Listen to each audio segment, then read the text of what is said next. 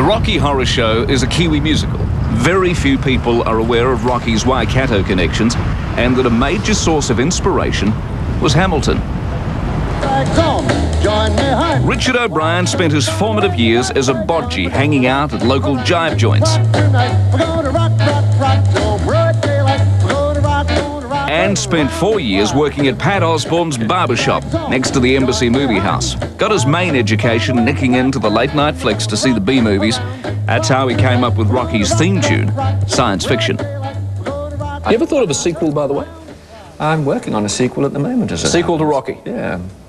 The Resurrection, I think it's going to be called at the moment. Rocky Really? Horror, The Resurrection. Monsters Rising from the Grave. I have about 2 songs to write, one of which is really important. The other one which is not terribly important, but should be in there for entertainment value. But one song it's critical, and I'm having a lot of trouble with it. You said I've never been able to join the grown-ups. No. Why? What does that mean? Well, they're bigoted. Because what are you? I mean, most people are going to be surprised. Do you mind telling your age? Because most people are going to be blown away when you say it. I'm 60 years of age, and I was a victim of an arrested development. I was stuck at about 13, and I was incapable of any emotional growth and intellectual growth. I just wasn't able to do that. Do you say that now with the benefit of hindsight? You didn't know that at the time, or you didn't know that? I knew people thought I was a fool. And a childish fool. I knew people thought that I was, and there was no reason why they shouldn't have thought that, because I was. But it didn't worry me. I enjoyed being me, and I enjoyed being a teenager. And I enjoyed being a teenager for 40, 50 years. I kind of liked it. And then as I've been into therapy a couple of times, and I've got in touch with myself a little more and learned a little bit more about myself, gained more confidence, all that kind of stuff.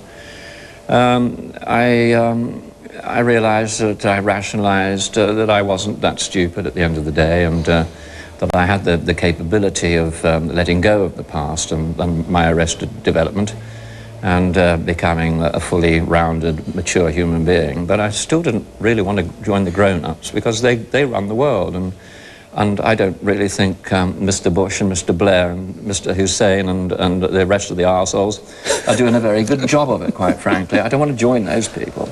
And you will always be like that? You will never grow up? I think I'll be as much the same as I am now. And that's not a bad thing. What does being in touch with yourself mean, by the way? Because that's one of those oft-used expressions. Well, I got in touch with. I mean, what's it mean? A cliche, isn't it? A bit of a platitude. It says, I think trying to understand who you are, what drives you, and being able to accept what you are by default is important. Otherwise, you get all sorts of illnesses occurring. I'm a tranny. That's what I am by default. Someone that was in that chemical DNA mix got a little bit of both, rather than polarized male, polarized female. I'm somewhere in the middle. And finally, instead of being at war at myself about this, I finally accepted it and said, well, that's what I am. And I have no reason to be ashamed of what I am by default. I'll accept it and be a happy person. How much of New Zealand is still in you? I mean, how much of, like, Rocky is Hamilton? I mean, there's part of Hamilton and Rocky, isn't there? You know, Johnny Devlin, Pie Cart, all of that. The Embassy Theatre was very important. That used to be the late-night theatre, double feature. I used to go and watch those dreadful movies and love them and shout lines at the screen, much the same way as the Rocky fans do.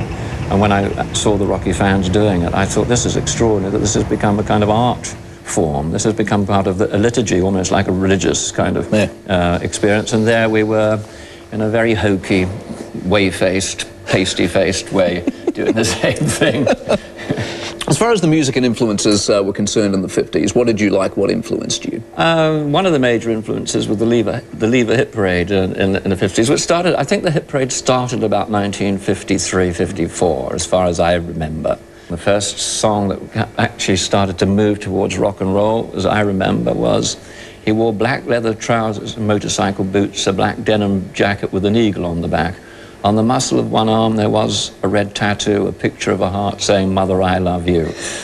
And then Elvis came on the scene. Little Richard, of course, was God, and to some extent still is. I used to think that every rock and roll song was written for me.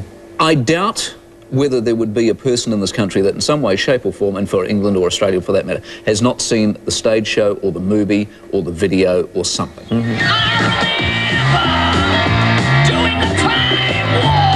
You will have left a mark on people's lives forever. You know, it's an entertainment mark. They will have been entertained by you. But there's probably not a person in this country that hasn't seen it at some point, is there? That'd be fair, wouldn't it?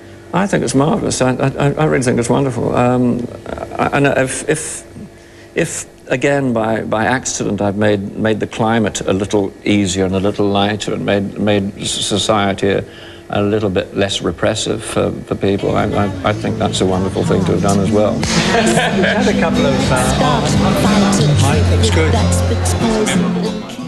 Richard O'Brien. As it turns out, by the way, I was wrong. We've discovered one person who's never seen Rocky in any way, shape or form. He turns out to be the director of this program, Norman Seavright. But we've got him tickets.